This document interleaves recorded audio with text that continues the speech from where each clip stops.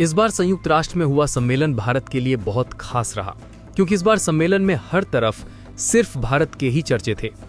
कोई भारत की तेल खरीदारी को लेकर चिंता जाहिर कर रहा था, तो भारत की बढ़ती ताकत के लिए भी दुनिया भर के देश भारत की जमकर सराहना कर रहे थे। खास बात यह कि इस बार के सम्मेलन में भारत और चीन एक दूसरे के बहुत करीब आ गए। इतने करीब कि चीन अब भारत को संयुक्त राष्ट्र में बदलावों को लेकर खुला समर्थन देने लगा है। जी हाँ, भारत लंबे वक्त से संयुक्त राष्ट्र सुरक्षा परिषद में बदलावों की मांग कर रहा है, लेकिन हर बार भारत की इस मांग में अड़ंगा अड़ाने वाला चीन बनता आया है। लेकिन इस बार ऐसा नहीं हुआ। चीन ने तो इस बार भारत को खुला समर्थन दे दिया, भारत की मांग को खुला समर्थन दिया। भारत जो संयुक्त राष्ट्र में सुरक्षा परिषद के बदलावों की मांग करता आया, अब चीन ने भी खुले तौर पर ऐलान कर दिया है कि वो भारत की इस मांग में उसके साथ खड़ा है। दरअसल संयुक्त राष्ट्र से अलग भारत ने एक बड़ी कूटनीतिक जीत हासिल की थी। भारत ने ब्रिक्स देशों के साथ एक ऐतिहासिक बैठक की और इस बैठक की अध्यक्षता कर भारत ने साफ कर दिया कि कैसे अमेरिका की जमीन पर ब्रिक्स देश मजबूत होने की ताकत रखते हैं, यूएन को सीधी चुनौती देने की हिम्मत रखते हैं। और इसके बाद सामने आया ब्रिक्स देशों का जॉइंट स्टेटमेंट। इस स्टेटमेंट में 2023 के जोहान्सबर्ग 2 घोषणा पत्र के तहत ब्रिक्स और विकासशील देशों के समर्थन से परिषद में सुधार और प्रतिनिधित्व बढ़ाने की मांग जोरों से फिर उठाई गई। ब्रिक्स देशों की तरफ से खुले तौर पर एक पत्र जारी किया गया।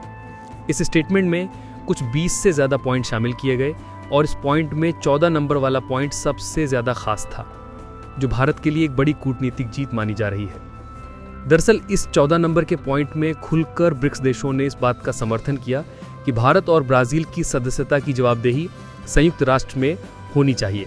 जोहान्सबर्ग के घोषणा पत्र का जिक्र करते हुए कहा गया कि संयुक्त राष्ट्र में व्यापक सुधार की आवश्यकता है, जिस पर फिर से जोर दिया गया। इन सुधारों का उद्देश्य परिषद को ज्यादा लोकतांत्रिक, प्रतिनिधिमूलक, प्रभावी और कुशल बनाना है, ताकि वो वैश्विक चुनौतियों का बेहतर जवाब दे सके, खासकर विकासशील देशों जिनमें अफ्रीका, एशिया और लैटिन अमेरिका के देश शामिल हैं। रूस, चीन, ब्राजील, साउथ अफ्रीका समेत कई और देशों ने इसका खुलकर समर्थन किया है। गौर करने वाली बात यह है कि संयुक्त राष्ट्र में जब जब भारत को सुरक्षा परिषद में जब जब स्थायी सदस्य के तौर पर मान्यता देने की बात आई है, तब तब चीन ने इसका विरोध किया है। लेकिन अब मानो संयुक्त राष्ट्र सुरक्षा परिषद में स्थायी सदस्य का रास्ता खुद साफ हो रहा हो। चीन की तरफ से समर्थन बता रहा है कि चीजें अब भारत के पक्ष में जा सकती हैं।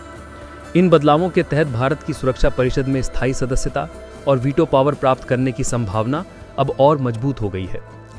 भारत लंबे समय से यूएनएससी की स्थायी सीट और वीटो अधिकारों की मांग कर रहा है, जिससे वो वैश्विक स्तर पर अपनी भूमिका और प्रभाव को और ज्यादा बढ़ा सके।